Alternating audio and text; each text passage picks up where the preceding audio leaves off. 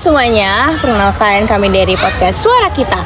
Jadi pada kesempatan kali ini saya Elia akan ngobrol-ngobrol santai nih sama beberapa teman-teman kita, membahas mengenai HAM dan keterkaitan antara HAM dengan juga hukum Taurat dalam Alkitab. Nah, mungkin sebelum itu kita perkenalan dulu kali ya. Di sini ada Chelsea dan Ehud.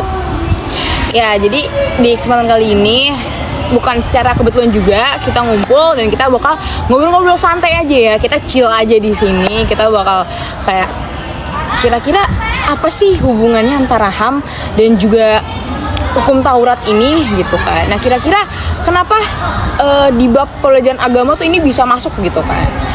Gitu mungkin mulai dari aku dulu kali ya. Kalian tahu gak sih kalau sebenarnya tuh ya kan kita secara umum ya generalnya kalau kita tahu bahwa HAM itu kan hak asasi manusia, yang artinya bahwa setiap manusia yang lahir ke dunia ini dari kecil hingga besar memiliki hak sendiri, misalnya hak untuk hidup, hak untuk mendapat pendidikan, hak untuk berpendapat gitu kan. Apalagi kita sebagai negara demokrasi ya, hak untuk berpendapat itu benar-benar memiliki nilai yang tinggi. Menurut kalian gimana nih?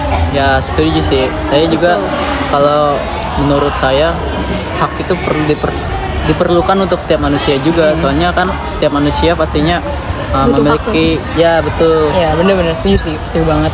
Demokrasi juga termasuk salah satu hal yang terkait dengan hak kita juga sebagai manusia dalam memilih apa yang kita inginkan, betul gak sih?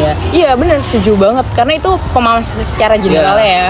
Tapi tahu nggak sih guys, sebenarnya tuh di Alkitab tuh ada gitu cerita-cerita mengenai tokoh-tokoh yang emang dimana tuh sebenarnya tuh ini jauh dari kata mendapatkan HAM yang kita harus dapatkan gitu. Contohnya aja nih, apa tuh tokoh-tokohnya tuh? Tokoh-tokohnya mungkin ada satu cerita. Jadi kalau misalnya teman-teman tahu, kalau misalnya ada cerita di mana Nabot ini mempunyai kebun anggur kan, tahu nggak cerita itu? Ya, familiar kan? Nah jadi kurang lebih long story short itu menceritakan tentang bagaimana Nabot ini mempunyai kebun anggur, tapi Elizabeth sama Ahab sih lebih tepatnya, Ahab ini menginginkan kebun anggurnya. Nah, Ahab itu menawarkan lah kayak, mau gak kebun Anda saya bayar dengan uang senilai bla bla bla. Tapi sayangnya Nabot itu nolak.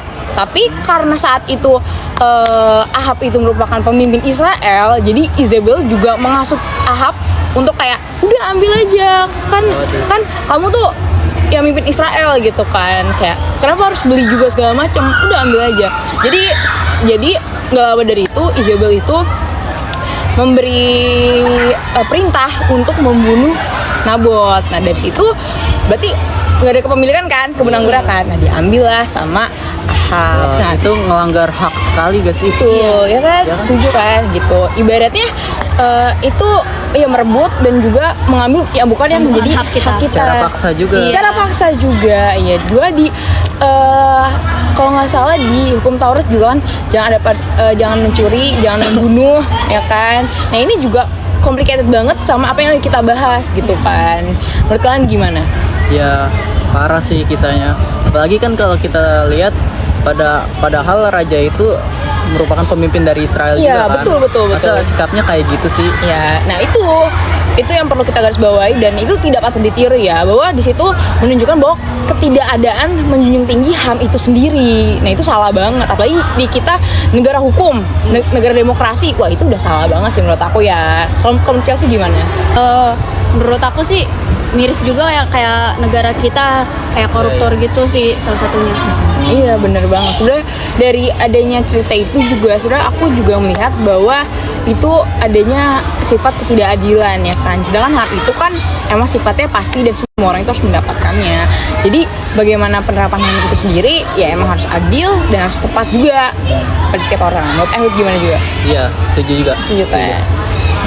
Jadi oke, kurang lebih seperti itu pembahasan kita hari ini mengenai keterkaitan HAM dan juga hukum Taurat dalam Alkitab. Sekiranya apa yang kita bahas bisa menjadi bahan referensi untuk para audiens dan juga bisa menjadi bahan pertimbangan untuk kita semua. Oke, sekian dari kami. See you next episode. Bye-bye.